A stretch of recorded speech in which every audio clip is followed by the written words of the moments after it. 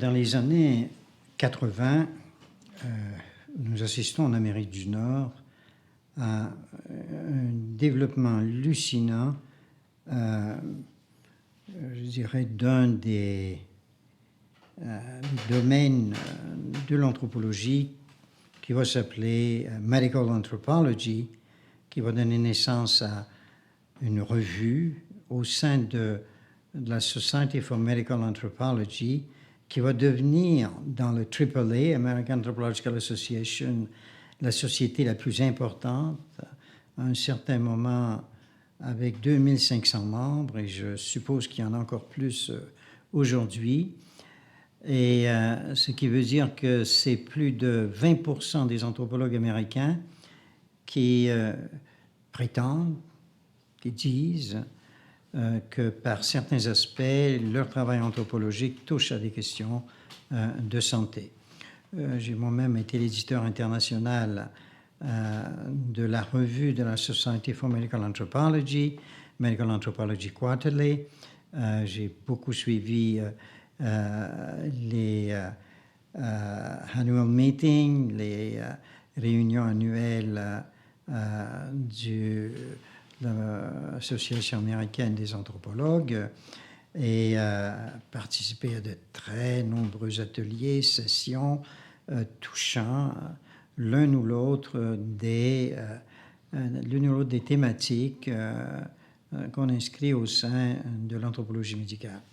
C'est, je dirais, un domaine qui a tout à coup envahi l'anthropologie. Et si j'ai dirigé, je ne sais pas, plus de 65 thèses de doctorat, c'est que beaucoup venaient pour se spécialiser dans le champ de l'anthropologie médicale, depuis l'Amérique du Sud, depuis l'Afrique, depuis l'Europe, et on fait des doctorats sur toutes sortes de thématiques. Les thématiques, c'était très, très, très vaste. Et autant je peux dire, je suis rentré dans le domaine par l'étude des systèmes comparés de guérison, mais un certain nombre de problèmes de santé m'ont beaucoup intéressé, et plus particulièrement, au départ, celui du VIH-Sida. D'abord parce que cette question pose des problèmes anthropologiques absolument fondamentaux, pratiquement à tout point de vue. Aujourd'hui, nous disposons de sérums qui montrent que le VIH était présent dans ces sérums il y a déjà 30, 40, 50 ans. C'est d'ailleurs le cas pour la maladie de Marburg, pour la fièvre d'Ebola, etc., ce qui montre bien que le bassin des agents infectieux est présent depuis longtemps, mais pourquoi il se réactive à un certain moment, c'est des questions de fond qui sont posées à l'anthropologue médical. Également, ça intéresse les ethnologues parce que tous les premiers travaux sur de nature épidémiologique qui essaient de retracer depuis le patient zéro jusqu'à la contamination de groupes élevés de personnes, donc essayer de dégager sur un plan épidémiologique la distribution des pathologies. On a rapidement mis en évidence ce qu'on a appelé la prédisposition des cultures de la sexualité africaine à produire une pathologie à diffusion sexuelle. Ça voulait dire quoi, cela? Ben, ça impliquait qu'il existe en Afrique, même dans les systèmes traditionnels d'expression de la sexualité, une promiscuité grande, et dans les milieux urbains, là où les épidémiologues voyaient augmenter les taux et que c'était plutôt des jeunes femmes qui étaient touchées et des hommes plus âgés, semblaient montrer que les éléments structurants, encadrant, en quelque sorte, les principes qui contrôlaient la sexualité traditionnelle, qui elle-même pouvait avoir des dérives, mais en milieu urbain, qu'on assistait à une différenciation dans l'âge et dans le statut social entre des jeunes filles qui étaient contaminées par des hommes d'une classe sociale plus grande et ayant accès à un deuxième bureau, à un troisième bureau, etc. Ça nous forçait à retourner à l'organisation de la sexualité dans les sociétés africaines, sortir des stéréotypes et des préjugés qui ont rempli la littérature, la première littérature sur la diffusion, sur l'univers du sida. Dans un article que j'ai publié dans Anthropologie et Société, et que d'une manière un tout petit peu provocatrice, j'avais intitulé le jeu des fantasmes dans la compréhension de la diffusion de l'épidémie du VIH. Dans ce texte, je commence par raconter l'histoire d'une chirurgienne danoise qui était au petit hôpital d'Abubumbasi, qui était une des premières personnes à mourir du VIH-Sida. Donc nous sommes au début des années 80, lorsque je suis retourné là-bas sur place, et elle est morte assez rapidement.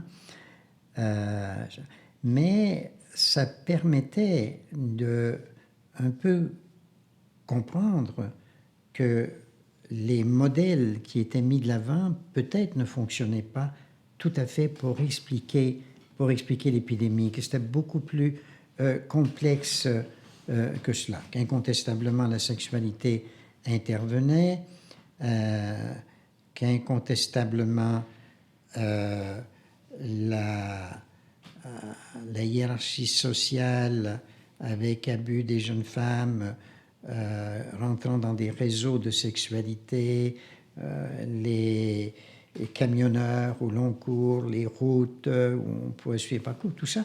Mais ça ne suffit pas encore à comprendre pourquoi apparaît dans les années 70 de manière massive cette... si nous faisons les comparaisons avec d'autres phénomènes de maladies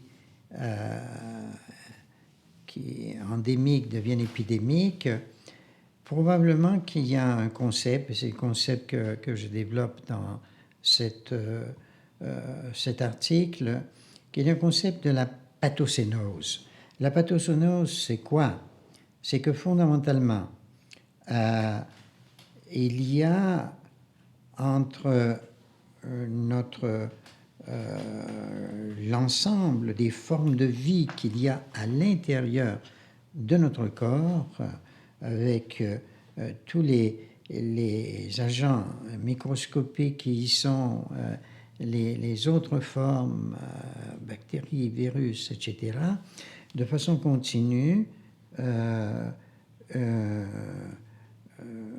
coexistence relativement pacifique, mais que tout à coup, il y a quelque chose qui se transforme, qui produit donc la pathocénose, c'est ce déséquilibre.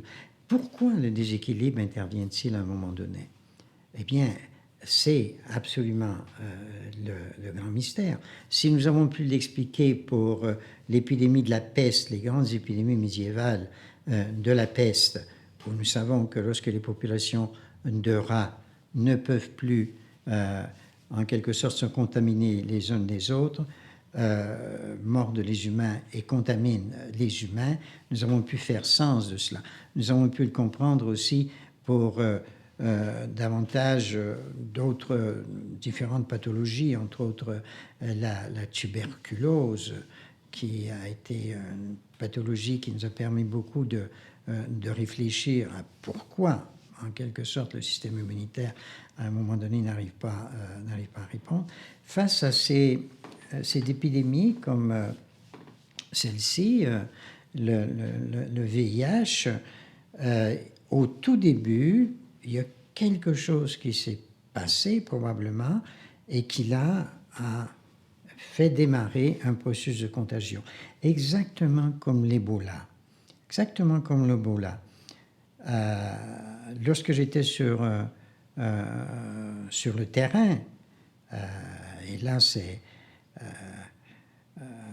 vraiment dans les années 70, lorsque l'Ebola apparaît. Ebola, d'ailleurs, c'est le nom d'une rivière qui était juste à côté du lieu où j'ai travaillé, dans l'Oubangui. Et il est probable que un déséquilibre qu'on ne comprend toujours pas, parce que le virus est toujours là, il réapparaît un peu partout, il viendrait apparaître en Gambie, etc. Comme il est apparu au Congo, à nouveau, il va réapparaître à tous les 10 ans, à tous les 15 ans. C'est là, en quelque sorte. Mais ce qu'il faut essayer de comprendre, et c'est ce que j'ai essayé de comprendre dans ce texte, de voir qu'est-ce que ça pouvait, comment on pouvait saisir. Pourquoi c'est important? Parce que les épidémies de l'avenir, et Dieu sait qu'il y en aura beaucoup, et nous avons été confrontés à ça avec le H1N1 récemment, qui vont arriver et qui vont venir dynamiser quelque chose et produire probablement des épidémies pour lesquelles on aura de la difficulté à faire face. Le milieu dans les années 80 à Montréal pour faire de l'anthropologie médicale et de la psychiatrie culturelle ou de l'ethnopsychiatrie est un milieu absolument extraordinaire. Nous avions un groupe qui s'appelle le GIRAM, qui est le groupe interuniversitaire de recherche en anthropologie médicale et en ethnopsychiatrie, qui comprenait des gens de l'Université McGill, de l'Université du Québec à Montréal, de l'Université de Montréal et aussi de l'Université Laval, le professeur Pocro, par exemple, Marc Adélard-Tremblay en a été membre, des gens qui venaient régulièrement à nos réunions et qui ont permis de faire de Montréal, à un certain moment, et peut-être est-il encore en partie, je dirais, la capitale mondiale de la psychiatrie culturelle. Et c'est dans ce contexte de l'intérêt pour les phénomènes psychiques, un intérêt qui me venait en grande partie d'Ellen, travaillant dans un hôpital psychiatrique, mais aussi de ma maîtrise, qui est un projet de psychiatrie sociale sur les bérets blancs. Et nous avons commencé à développer des études régionales où nous avons d'abord testé sur la côte nord, autour d'Havre-Saint-Pierre, mais ça a remonté jusqu'au Labrador.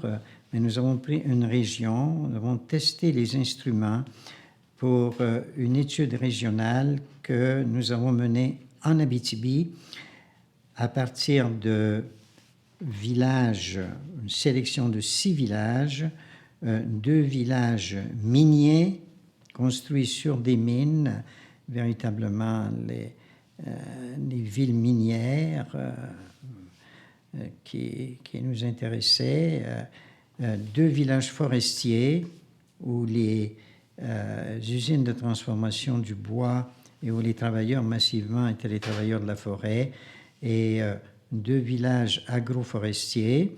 Nous avons fait des monographies de ces villages et suivi aussi à partir de différents instruments la distribution des problèmes de santé mentale entendus au sens large du terme.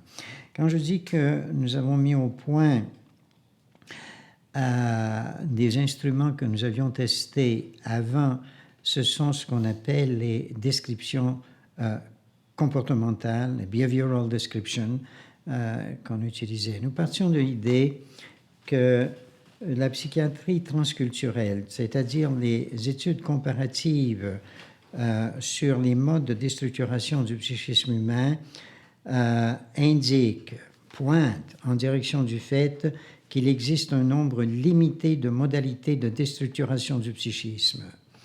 Nous en connaissons un certain nombre, c'est la dualité, c'est l'agression, c'est la confusion, etc., etc. Alors, nous avons mis au point pour les études de communauté, des descriptions behaviorales qui consistaient, sans que j'entre dans le détail, à poser des questions à des informateurs clés. Par exemple, connaissez-vous quelqu'un dans votre voisinage qui devient violent de manière régulière, sans alcool et sans provocation? Pour essayer de voir une des modalités de déstructuration qui est de l'attaque de l'autre, l'agressivité. Non pas l'agressivité contre soi, c'est une autre description behaviorale, mais contre les autres et éventuellement contre la propriété privée. Il y en avait pour la dépression, l'inverse donc d'une attaque en comportement antisocial, un comportement maintenant tourné contre soi-même avec des affects plats, et ainsi de suite, et ainsi de suite. Nous aboutissions à 11, parfois nous ajoutions une 12e description behaviorale, ce qui nous permettait d'identifier dans une communauté un certain nombre de personnes. Et nous avons ensuite travaillé avec ces personnes pour essayer de reconstituer à partir de la personne elle-même et de son environnement, des membres de la famille et ses amis. Nous avons documenté en fonction de nos perspectives théoriques, c'est-à-dire système de signes, système de sens, système d'action. Système de signes, quels ont été les premiers signes que vous pensiez qu'il y avait un problème de santé mentale? Comment ça a pu empirer? Quelle forme ça a pris? Quand ça s'est commencé à se chroniciser, etc. Quelle a été la gravité de la chose? Donc, nous développions, à partir de la sémiologie populaire, en relation à chacune des descriptions behaviorales, et ainsi nous pouvions avoir des éléments de sémiologie par rapport à ce qu'on peut appeler les conduites dépressives, les conduites schizoïdes, la dualité de la personne, les conduites paranoïdes, les attaques de l'extérieur, et ainsi de suite, et ainsi de suite, et ainsi de suite. Nous faisions la même chose en continuant par-delà la sémiologie populaire avec les systèmes de sens. Qu'est-ce que vous avez pensé que c'était au début? Comment vous expliquiez la chose? Héritage biologique, héritage familial, c'est quelque chose de normal dans la vie, tout le monde a une période où ça ne va pas, etc. Donc, on arrivait au système d'interprétation, en quelque sorte, ce que dans la littérature d'anthropologie médicale, on se réfère à cela beaucoup comme étant les modèles explicatifs, mais que nous préférons encore appeler les systèmes de sens. Et enfin, qu'est-ce que vous avez fait? Quelles ont été les démarches? Qui avez-vous consulté? Les systèmes d'action. Donc c'est un modèle que nous, dans notre jargon, nous appelions sémantico-pragmatique, c'est-à-dire saisir l'univers du sens et l'univers sémiologique pour comprendre les itinéraires thérapeutiques et qu'est-ce que ça donnait. Qu'est-ce que ça donnait.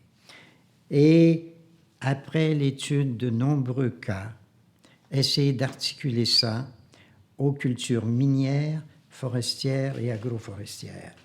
Dans quelle mesure est-ce qu'il y a des différences entre ces trois mondes et est-ce qu'il y a des éléments qui sont davantage porteurs dans certains mondes? Par exemple, le mineur qui se fait sauter au fond de sa mine et dont la forme du suicide est toujours extrêmement violente, est-ce qu'il y a dans la culture minière quelque chose qui prédisposerait à cela? Donc, ce sont des éléments que nous avons essayé de comprendre et on publie un ouvrage auprès de l'Université de Montréal sur précisément ces questions-là. Alors, cette approche par les systèmes de signes, de sens et d'action que nous avions testé dans des villages de la Côte-Nord et appliqué de manière systématique dans cette étude comparative en Abitibi, nous avons pensé intéressant de l'étendre au niveau international en impliquant des équipes nationales dans 6 pays à travers le monde. Une équipe en Inde, dans le sud de l'Inde, à Chennai, Madras, autour du Schizophrenia Research Foundation. Une équipe au Brésil, autour de l'Université fédérale, Universidade Federal de Salvador, avec un psychiatre et anthropologue, Naumar Almeida Filho. Également une équipe en Italie, dans la région centrale de l'Italie, autour de Perugia, avec le professeur Cepilli, anthropologue, mais étant très très proche de toute la réforme psychiatrique italienne de Basaglia, engagé dans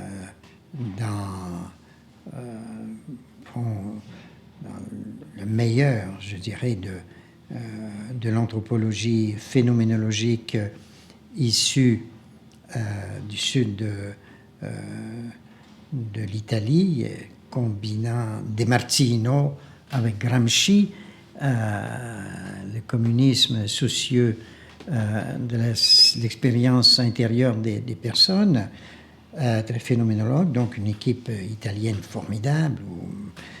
Et également en Roumanie, dans le Muramureș, qui est dans le nord de Timișoara, avec une équipe, et il y a encore des traces de cela, puisque je reçois encore régulièrement la revue de santé mentale, Sanitate Mental, de Roumanie, où je suis sur le comité éditorial. Je suis toujours surpris parce que ça fait des années de cela, mais quand même,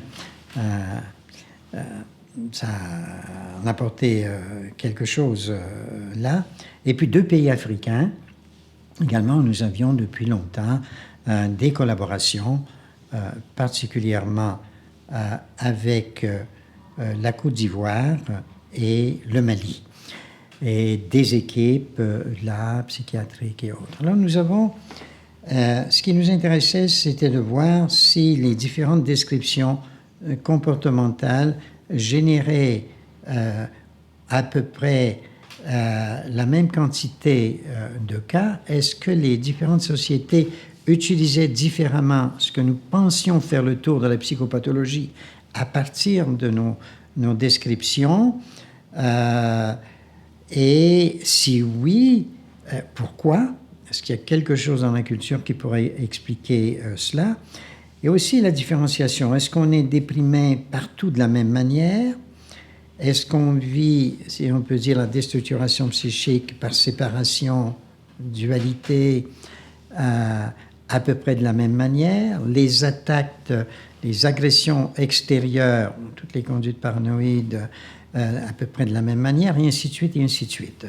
Alors donc, une grande étude comparative internationale qui nous a forcé à voyager beaucoup, qui nous a fait découvrir des pays où nous allons retourner, Hélène et moi, particulièrement l'Inde, puisqu'il y a maintenant près de 20 ans que nous y allons régulièrement, mais c'est dans le contexte de ce projet que nous avons commencé à établir des liens avec des équipes nationales.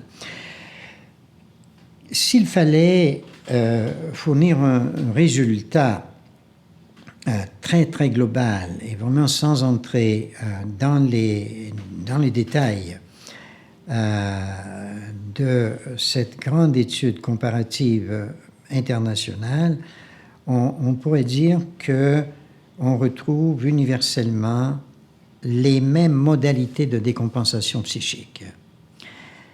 Mais en même temps que chacune est organisée, structurée, avec des éléments relativement différents. Une autre conclusion qui s'impose massivement, c'est que les taux sont à peu près les mêmes partout. Les prévalences de problèmes de dépression, de problèmes de psychose graves, avec véritablement séparation, donc de nature schizophrénique éventuellement, nous retrouvons ça aussi distribué à peu près partout. Ce qui change, par contre, c'est la chronicisation. Et déjà, les études internationales menées par l'OMS sur la schizophrénie, sur la dépression, avaient montré que le pronostic est différent. Pourquoi, dans certaines sociétés, comme dans les sociétés occidentales, les patients ne font pas qu'une crise, un épisode psychotique, une bouffée délirante, mais se chronicisent? C'est la réponse du système. Si votre prise en charge, en quelque sorte, en médicalisant, va soutenir la pathologie et maintenir dans la pathologie, alors votre pronostic est assez mauvais. C'est pour ça que certains disent, si nous avons à faire un épisode psychotique, il vaut mieux le faire en dehors de l'Occident, parce que le mode de résolution de la crise psychotique ne va pas conduire nécessairement à une chronicisation. Alors ça, ça venait valider, entre autres, ces études, les conclusions de ces études internationales. Alors ça, c'est ce travail sur les problèmes de santé mentale. Nous les avons maintenus pratiquement jusqu'à maintenant, puisque nous avons poursuivi les travaux en Inde. Je voudrais en dire un tout petit mot de ces travaux, particulièrement avec les sadhus ou les sannyasis. Ces sannyasis sont ces ascètes qui ont atteint le 4e âge dans la vie de la personne. On apprend, ensuite on est maître de maison, on est dans la sexualité et la famille, ensuite on est au service des autres, et puis il y a un 4e âge dans la vie indienne, qui est l'âge de l'arrachement et du détachement de la sexualité, de la vie familiale, et même de la communauté, où on devient un errant. Et vous pouvez recevoir la diksha, c'est-à-dire devenir sannyasi, sadhu, et à partir de ce moment-là, vous êtes errant, vous marchez. Et les travaux d'Hélène avaient montré que ça peut être ce qu'on peut appeler un mythe modèle, que la société fournissait en quelque sorte des moyens aux personnes pour précisément ne pas se chroniciser, et que l'existence donc de ce phénomène de la sannyasi, donc des ascètes errants, et il ne faut pas imaginer qu'il y en a quelques-uns, hein, on peut estimer entre 10 et 15 millions hein, qui errent du sud de l'Inde jusqu'à l'Himalaya, et nous avons travaillé avec eux, recueillant leur biographie, leur histoire de vie. Les gens nous avaient dit au début, ils ne vont pas parler parce que le jour où ils reçoivent la diksha de leur gourou, ils sont morts. On fait les funérailles sur eux. Et il y a un rituel de funérailles. Le jour où ils mourront, contrairement à tous les hindous, ils ne seront pas incinérés, ils seront enterrés. Et ils seront enterrés là où ils meurent. Ils sont déjà morts, donc ils ne vont pas parler de leur passé. Et en fait, c'était tout le contraire. Sur les routes de l'Himalaya, où nous avons rencontré ces personnes avec le docteur Kapoor, Ravi Kapoor, et Hélène et moi, où pendant plusieurs années, nous retournions pour des périodes de mois et rejoignant ces gens, recueillant de biographies, nous avons pu comprendre, je dirais, à quel point une société qui crée comme des espaces de respiration, de possibilités, peut-être pour des individus plus fragiles qui auraient basculé dans des problèmes, mais qui tout à coup peuvent prendre cette route, la route du sadhu, et qui va marcher dans un détachement total.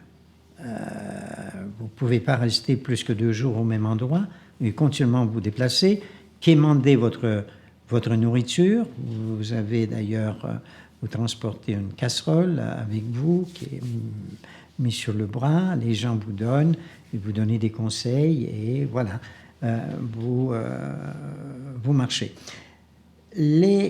Pourquoi nous avions travaillé cela? C'est qu'on avait constaté que dans les formes ou les symptômes d'expression de problèmes graves de psychiatrie, que l'excès de religion, lire beaucoup de livres religieux, faire des pujas au temple, aller passer de grandes heures devant ce que les chrétiens appellent les idoles, qui sont les dieux et les déesses, tout cela pouvait être vu comme une partie du symptôme de la personne, mais qu'en même temps, sur le versant positif, ça pouvait être vu comme le début d'une guérison. Les espaces de tranquillité dans le temple, dans une sociabilité indifférente, des autres fidèles qui passent et qui vont embrasser donc Shiva, Vishnu, Brahma, les différents dieux qui sont là, et Dieu sait qu'il y en a, puisqu'il y en a au moins 10 000. Tout ça pouvait créer peut-être un contexte où la religion jouait un rôle positif, protecteur pour des personnes, mais avec aussi le danger d'être enfermé dans un délire à contenu religieux, en quelque sorte. Et alors, ce qui nous apparaissait être le plus expressif au sein de l'hindouisme, de tout ce système de protection, ou l'expression mythe-modèle que nous empruntions, nous avons emprunté à Obisekere, Gananath Obisekere, pour essayer de comprendre ce qui se passe, nous montrait bien qu'une société capable de produire ce genre de système est probablement une société qui se protège. Ça ne veut pas dire, il faut faire très attention, que nous trouvons des personnes déséquilibrées chez ces sadhus ou sannyasis, parce que le processus est très, très, très long et qu'un gourou qui va avoir comme disciple pendant quelques années un adepte qui un jour recevra la diksha, ce gourou qui consulte d'autres gourous, s'il remarque un déséquilibre psychique chez la personne, ne va pas faire passer à l'étape ultérieure. Est-ce qu'on peut penser que le processus de ce long noviciat, appelons cela comme ça, si vous voulez, est une étape où peut se créer une pacification intérieure, une tranquillité intérieure qui calme des personnes qui autrement, dans l'espace de la vie sociale, avec toutes les demandes de performance, de production, etc., auraient basculé dans des problèmes psychiques. Nous ne savons pas, nous ne pouvons pas répondre à cette question-là. Mais il est certain, en tout cas, qu'on a trouvé très, très peu de personnes. Par contre, je me rappelle de quelqu'un, encore un jeune homme, qui l'interviewait, me disait, mais pourquoi? Pourquoi avez-vous quitté un jour votre famille? Et quand vous quittez votre famille, c'est fini, hein? Vous n'y verrez plus. Vous ne verrez plus. Et des hommes mariés qui ont élevé leurs enfants et qui ont quitté, ou des femmes qui ont quitté, et qui sont dans le détachement total. Nous sommes dans l'arrachement aux pulsions les plus profondes de l'être humain, sexualité, environnement familial et tout ça.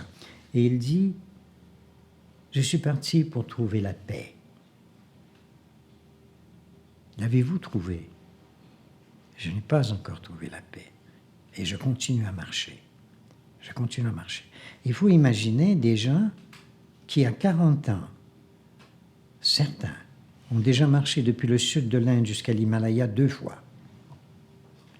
Et qui sont dans le signe même, ce nomadisme en quelque sorte, est le signe de leur détachement total. On n'a plus de lieu, on n'a plus d'espace. Alors, il faut être capable, au fond, de comprendre ce qui se passe sur le plan de la vie psychologique dans toute sa profondeur. Dans le cas de l'Inde, vous savez, quand venant de sociétés africaines où on n'a pas de grandes bibliothèques sur la sagesse traditionnelle et qu'il faut aller la recueillir auprès des personnes et qu'on arrive en Inde et qu'on est en face des Védas colossales, des Upanishads colossales, on essaie d'apprendre simplement la Katha Upanishad et qu'on entrer dans l'épistémologie, dans les visions du monde, qu'on veut essayer de saisir quelque chose de cet univers, comme anthropologue, on s'aperçoit qu'il faut une vie. Il faut non seulement la connaissance de l'hindi, ce que j'ai essayé de faire en allant à l'école de langue à Mussoorie, mais il faut bien connaître l'hindi, il faut bien connaître le sanskrit, il faut être capable de maîtriser ces différents livres. J'ai évoqué tantôt dans mon enseignement sur les systèmes médicaux comparés la Sushruta et la Charaka, qui sont des grands livres médicaux, mais au sein de bibliothèques colossales, qu'il faut pouvoir maîtriser.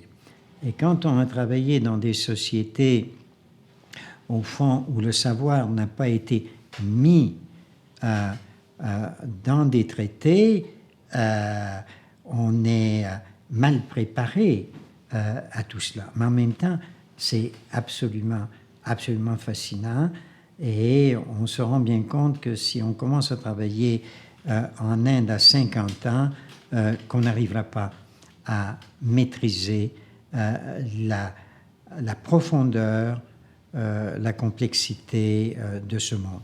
Avec des jeunes philosophes indiens et le docteur Kapoor, on a voulu à un certain moment voir ce qu'on appelle les écoles traditionnelles de pensée, les darsanas.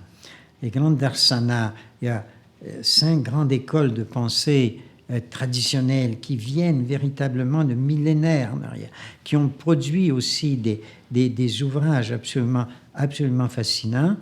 Et quelle est la signification de toutes les théories philosophiques pour l'Inde contemporaine?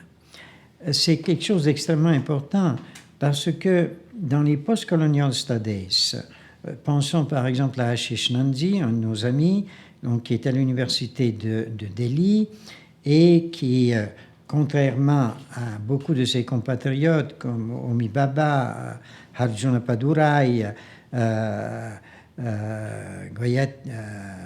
Gayatri Spivak et tellement d'autres qui sont partis vers l'Occident et qui essaient plus ou moins de combiner des éléments de la tradition indienne, de penser à la pensée occidentale. Des gens comme Ashish Nandy essaient de penser l'Inde contemporaine à partir des catégories traditionnelles fournies par les grands traités classiques, les traités de logique, les traités de sociologie, etc., qui ne portaient pas, bien sûr, le nom de sociologie, et qui mettent au travail ces catégories-là en essayant de les formaliser davantage pour comprendre le monde indien contemporain. Et cela, c'est absolument fascinant. Et nous sommes véritablement arrivés maintenant, je dirais, à la troisième génération pour ce qui touche à l'Inde des post-colonial studies, où nous avons eu au tout début, à la première génération, une déconstruction du discours occidental sur soi. Nous savons bien que le paradigme, le modèle par excellence de cela, c'est la critique de l'orientalisme faite par Edward Said, le discours occidental sur l'Orient, mais aussi sur l'Inde. Il y a eu des discours et on a démontré, je dirais, le caractère inadéquat de ces discours. L'effort de la deuxième génération, c'était d'aller essayer de recueillir dans la tradition intellectuelle, philosophique et dans l'ensemble artistique et autres, aller recueillir des catégories qui seraient significatives pour aujourd'hui, qui permettraient de travailler. C'est un travail de très très longue haleine. Il faudra des générations pour vraiment y arriver. Nous savons comment, si les sciences sociales se constituent au XIXe siècle en Occident, ça ne veut pas dire qu'il n'y avait rien avant pour penser la société. Il y a toujours eu des catégories, mais lorsqu'Auguste Comte arrive avec une philosophie positive pour penser sociale, et puis qu'on va voir apparaître Durkheim, etc., dans la tradition française, mais un peu partout, ça va se faire. Ce travail doit être fait là-bas. Et la troisième génération, vraiment la génération actuelle, des jeunes intellectuels et qui sont extrêmement productifs, innovateurs et qui vont peut-être sauver un tout petit peu, je dirais, l'anthropologie, c'est de dire, écoutez, nous sommes sur la frontière de deux mondes, nous avons hérité par colonialisme, par impérialisme de la pensée occidentale, elle est une partie de nous-mêmes. L'Occident, ce n'est plus une question de géographie, l'Occident est aussi chez nous, il nous appartient, mais en même temps, nous avons notre propre tradition et il faut qu'elles se parlent l'une l'autre. Donc ce n'est plus seulement de déconstruire la construction qu'on avait fait de soi, ce n'est pas uniquement d'aller rechercher ces catégories, c'est de les mettre en dialogue. Et c'est ça qui est absolument extraordinaire dans ce qui se fait aujourd'hui en Inde, mais qui se fait aussi ailleurs, pas avec la même vitesse dans tous les grands ensembles civilisationnels, mais on assiste véritablement à ce travail. Alors voilà quelques mots au sujet du travail que nous menons, qui n'est pas encore terminé en Inde. Il y a quelques mois, Hélène et moi, nous étions encore pour un peu plus de mois en Inde, et après ça, nous nous sommes retirés un mois en Australie pour écrire. nous étions au nord de Sydney pour écrire non pas sur les aborigènes australiens, ce qui aurait été absolument passionnant, mais sur les sadhus de l'Inde installés sur le bord, tout près de la grande muraille de corail, et de repenser en quelque sorte à deux des belligérants de notre guerre de 59, James Cook du côté de Wolfe et Bougainville du côté de Montcalm, qui tous les deux auraient pu donner Bougainville à la France, l'Australie, mais c'est Cook qui est arrivé avant, et l'Italie, pas l'Italie, mais la France a hérité de Tahiti, ce qui était déjà pas mal, mais qui devrait rendre, qui ont rendu quand même aux autres. Mais de repenser que déjà à cette époque, des gens qui s'étaient affrontés à Québec, nous les retrouvons en train de s'affronter autour de la Nouvelle-Zélande, de l'Australie, etc. Donc tout cet ensemble océanien tout à fait fascinant de ce monde occidental. Donc nous continuons à travailler sur l'Inde et nous espérons, Hélène et moi, et puisque le docteur Kapoor est décédé, mais à partir de ses lettres, nous allons écrire quelque chose à trois voix, la voix du psychiatre, la voix du psychanalyste et de la psychanalyste et la voix de l'anthropologue sur cette forme d'humanité extraordinaire que sont les sadhus.